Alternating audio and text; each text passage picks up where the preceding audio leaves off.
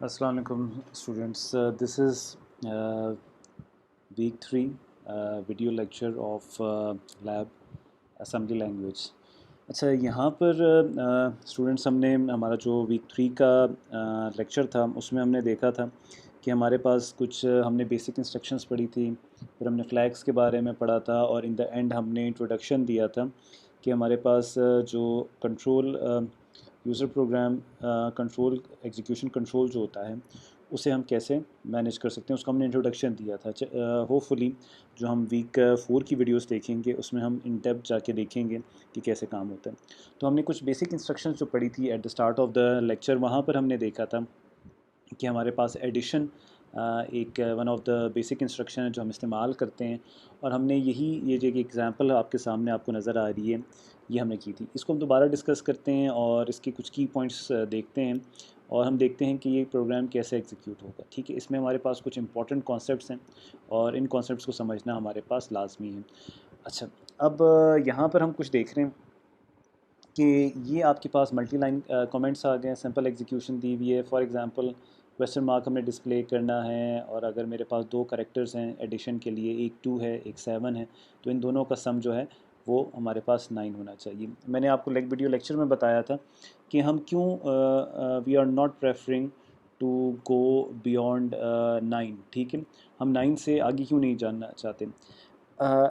असल में अभी हमारे पास कैपेबिलिटी है प्रोग्रामिंग में फ़िलहाल, वो एक करेक्टर को डिस्प्ले करने की है, और हमारा जो प्रोसेसर है वो हमारे डेटा को एज एन एस की वैल्यू लेता है। वो वन को वन, जो हमारा वन है जो डेली लाइफ में हम डेसिमल वन यूज़ कर रहे हैं, वो उसको वन कंसिडर नहीं करता, वो उसको एक वन की एस की वैल्यू के मुताबिक प्रोसेस करता है। और ये चीज़ हम इस प्रोग्राम में भी देखेंगे। तो हम आगे चल के इस प्रॉब्लम का सलूशन देखेंगे और जब हम प्रोसीजर्स करेंगे तो हम वहाँ पर ये प्रोसीजर्स डिफ़ाइन करेंगे होपफुली बड़ी आसानी के साथ कि हम कैसे मोर देन 9 की, यानी जब हमारे पास 2 डिजिट्स या मल्टीपल डिजिट्स आ जाते हैं मोर देन वन, तो हम उसको बड़ी आसानी से इनपुट और आउटपुट के लिए डेसिमल के विद कॉन्टेक्स्ट विद डेसिमल हम हैंडल कर लेंगे। तो चलिए हम ज़रा इस प्रोग्राम को देखते हैं। हमें अब लाइन बाय लाइन तमाम चीज़ों का पता होना चाहिए। मॉडल स्मॉल का क्या मतलब है, स्टैक 100 एज का क्या मतलब है, जब हम वेरिएबल्स डिक्लेयर करेंगे वो हम डॉट डाटा में करेंगे, ये हमें पता है। ठीक है, अब सबसे पहले हमारी सिंपल एग्जीक्यूशन के मुताबिक हमारे पास डॉलर साइन आना चाहिए।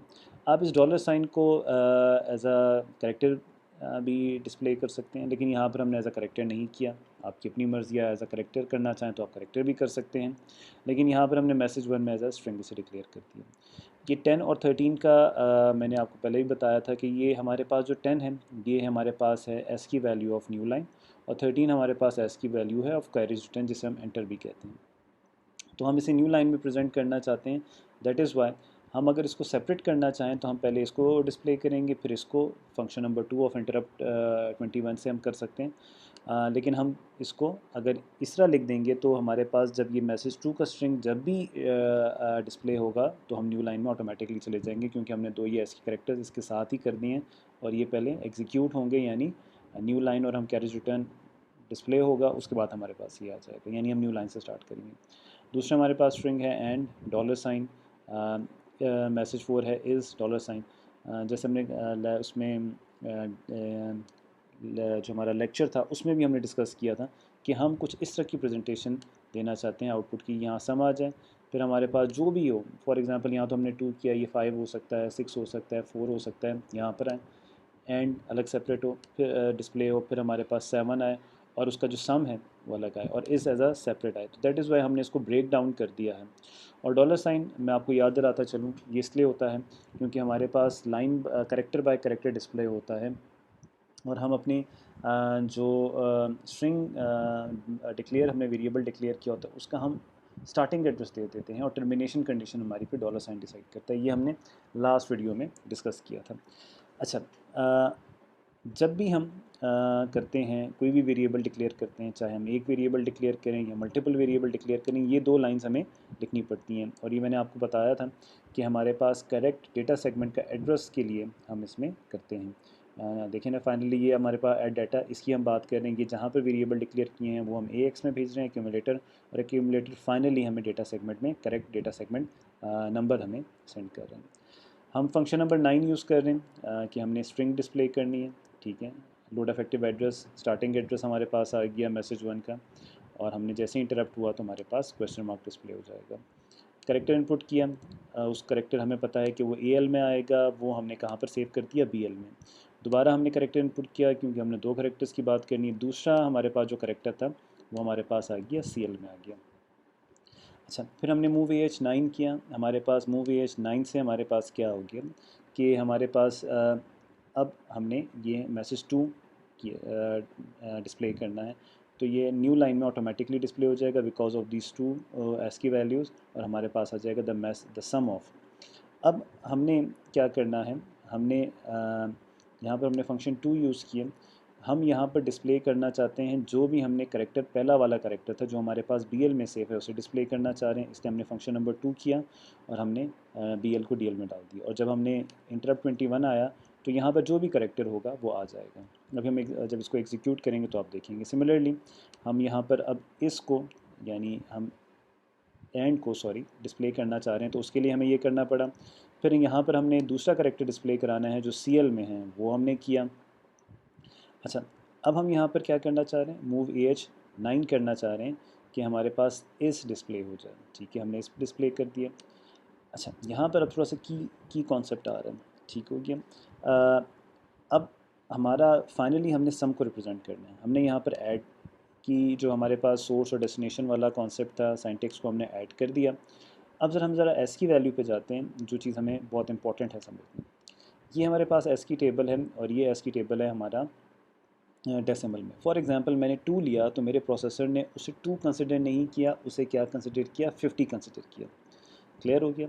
और अगर मैंने 7 मैंने अपने इनपुट किया तो मेरे प्रोसेसर ने उसे 7 कंसिडर नहीं किया, क्योंकि 7 वो मेरा डेसिमल है, फॉर कंप्यूटर इट इज़ 55। जब मैं 50 और 55 को ऐड करता हूँ तो ये मेरे पास बन जाता है 105। क्लियर। अब 105 को अगर मैं डिस्प्ले करूँगा तो मेरे पास आएगा यहाँ पर आई, ठीक है, अभी हम करके देख लेते हैं। आई आएगा, लेकिन मुझे आई नहीं चाहिए, मुझे तो चाहिए 9, ठीक है। और इनमें अगर आप डिफरेंस देखें, जो ये आपके पास करेक्टर्स स्टार्ट हो रहे हैं, जैसे मैंने आपको बताया था कि हमारे पास यहाँ से लेकर यहाँ तक जाने के लिए हमारे पास 48 का डिफरेंस है।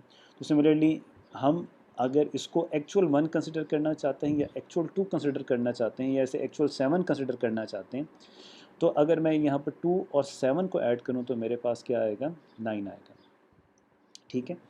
अच्छा, अब उसके लिए अगर मुझे करना पड़ेगा तो मुझे यहाँ पर जो डिफरेंस है ना, आप यहाँ पर देख लें, ये डिफरेंस 48 का होगा, ठीक है। आप इसमें से 105 में से 48 माइनस कर दें तो आपके पास क्या आ जाएगा, 9 आ जाएगा। अगर आपके पास कैलकुलेटर है बड़ी आसानी से कर लें, आपके पास ये वाला डिफरेंस आ जाएगा। तो जब हमें ये डिफरेंस पता होगा, सो फॉर दैट रीज़न हमें ये 48 माइनस करना पड़ता है, ठीक हो गया। हम इसको विदाउट हम इस लाइन को कमेंट करके भी देख लेंगे, तो आपको बड़ा क्लियरली पता चल जाएगा कि क्यों हम ये कर रहे हैं, ठीक है। फिर हमारे पास जब ये हमारे पास सम करेक्ट फॉर्म में आ जाएगा तो फिर हम क्या करेंगे, हम इसको डिस्प्ले कर देंगे और यहाँ पर हम प्रोग्राम को टर्मिनेट कर देंगे। अब हम ज़रा प्रोग्राम को एग्जीक्यूट करके देखते हैं, हम कंपाइल करके देखते हैं कि हमारे पास कोई एरर्स तो नहीं आ रहे। अच्छा, यहाँ पर हम सेव कर देंगे, ठीक है। इसको यहाँ पर हमारे पास कोई एरर्स नहीं आ रहे। हम इसको एग्जीक्यूट करके देखते हैं। अच्छा, यहाँ पर अब हमसे ये हमारा क्वेश्चन मार्क डिस्प्ले हो गया है, हमसे ये वैल्यू मांग रहे हैं। फॉर एग्ज़ाम्पल हम इसमें 2 और दूसरी वैल्यू हम 7 करते हैं, तो हमारे पास द सम ऑफ 2, ये एक स्ट्रिंग हुई। फिर ये हमारे पास इनपुट आया 2, एंड अलग हमारे पास मैसेज नंबर 3 था। फिर हमारे पास ये सेकंड हमने जो इनपुट डिस्प्ले किया था 7, वो आ गया। इस हमारे पास मैसेज नंबर 4 के नाम से वेरिएबल था वो डिक्लेयर हुआ, और ये हमारे पास सम हो गया। अच्छा, आप यहाँ पर इसे डिबग मोड यानी सिंगल स्टेप में भी देख सकते हैं, और यहाँ पर आपके पास रजिस्टर्स की वैल्यूज़ भी आ सकती हैं। अच्छा, अब हम ज़रा क्या करते हैं हम यहाँ पर ये जो 48 है इसको हम क्या कर देते हैं, कमेंट कर देते हैं, और अब देखते हैं हमारे पास क्या आएगा। हम इसे मोलेट कर लेते हैं। अच्छा, यहाँ पर हमने इसे रन किया। अच्छा, फॉर एग्ज़ाम्पल हम वही 2 और 7 करते हैं, तो अब आपको वो जो मैंने आपसे बात कही थी कि हमारे पास ये क्या आ गया, आई आ गया। ये आई इसलिए आया स्मॉल आई क्योंकि हमारे पास 15 इसकी एस की वैल्यू है, 7 की एस की वैल्यू 55 है। जब हम इनको ऐड करते हैं तो हमारे पास आता है 105 और दैट इज़ द एस की वैल्यू ऑफ आई। लेकिन जब मैं इसे 48 माइनस कर देता हूँ तो मेरे पास करेक्टली आता है। तो ये हमें बात समझ आ गई, ठीक है। ये एक बेसिक कॉन्सेप्ट है, इसको आपने समझना लाजमी है। अच्छा, एक और दफ़ा हम रन कर लेते हैं, हम 2 और 7 के अलावा कोई और वैल्यू हम यहाँ पर देखते हैं। हम यहाँ पर 7, चलें फिर 7 दे दिया, अब मैं 1 कर देता हूँ, अब हमारे पास आंसर आ रहा है 8। So for any value it will give you correct answer, but the condition is it should be less than 9, ठीक है। इट शुड बी इक्वल और लेस देन 9, ठीक है। यहाँ पर हमारे पास ये प्रोग्राम थोड़ा डिटेल में चला गया, लेकिन हमारी शुरू की लैब्स हैं तो हमें हर चीज़ के बारे में नॉलेज होनी चाहिए। अब हम क्विकली एक और प्रोग्राम को देखते हैं जिसमें हमने एक लूप लगाया था, उसके बाद हम उसको डिस्कस करते हैं। चलें यहाँ पर हम वीडियो को थोड़ा पॉज करते हैं कि ये हमारा वो सेकंड प्रोग्राम है जिसमें हमने तमाम एस की वैल्यूज़ को डिस्प्ले करना है, ठीक हो गया। अच्छा, अब यहाँ पर हमारे पास आपको डिस्कशन तो आपने देखी होगी हमारे जब लेक्चर में थे। अच्छा, यहाँ पर हमारे पास एक लूप का कॉन्सेप्ट है, हम उस लूप के कॉन्सेप्ट को करते हैं। सबसे पहले हम इस लूप के को ज़रा कम कर देते हैं और हम इसे डिबग मोड में जाके देखेंगे कि 1 बाय 1 कैसे हमारे पास लूप इंस्ट्रक्शन सी एक्स की वैल्यू को डिक्रीमेंट करती है, ठीक है। और यहाँ पर हमारे पास सिर्फ शुरू की कुछ वैल्यूज़ डिस्प्ले होंगी, ठीक है। और वो भी मोस्टली अगर आप इसका एस्की टेबल देख लें तो वो भी शुरू की जो कुछ वैल्यूज़ हैं ये स्पेशल कैरेक्टर्स हैं और ये कुछ डिस्प्ले नहीं होंगी। ये बीप है, न्यू लाइन है, टैब, ठीक है, ये हमारे पास आएंगी, ठीक है। हम इसको अगर 8 तक हैं तो हमारे पास लास्ट पहला करेक्टर डिस्प्ले नहीं होगा, 7th करेक्टर डिस्प्ले नहीं होगा, ठीक है। बाकी तमाम करेक्टर डिस्प्ले होंगे, ठीक। और ये लूप इंस्ट्रक्शन कैसे काम करती है हम देख लेते हैं। हम इसको ज़रा सेव भी कर लेते हैं। हम यहाँ पर ये लूप के नाम से इसको सेव कर देते हैं, ठीक हो गया। हमने अभी सिमुलेट किया, हमारे पास कोई एरर नहीं आया। अच्छा, अभी यहाँ पर अगर आप देखें सी एक्स में वैल्यू हमारे पास ये डेसिमल वैल्यू उसके कॉन्टेक्स्ट में हम अब करेंगे क्योंकि अभी हमने ये स्टार्ट नहीं किया, ठीक है। अब यहाँ पर देखेंगे सिंगल स्टेप में, अब जैसे हमारे पास ये सी एक्स वाली वैल्यू आएगी, ए एच में हमारे पास 2 चला गया, ठीक है। अब जैसे ये हम नेक्स्ट स्टेप में जाएंगे तो हमारे पास सी एक्स में वैल्यू 8 हो गई। अच्छा, अब हम ज़रा नेक्स्ट उसमें जाएंगे।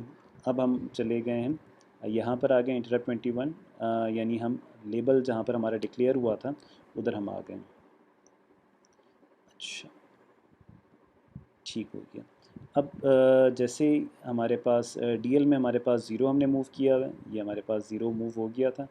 नेक्स्ट स्टेप में जाते हैं तो हमारे पास हम चले गए, इंटरप्ट हमने कॉल किया और हमारे पास जो भी वैल्यू थी वो हमारे पास डिस्प्ले हो गई होगी।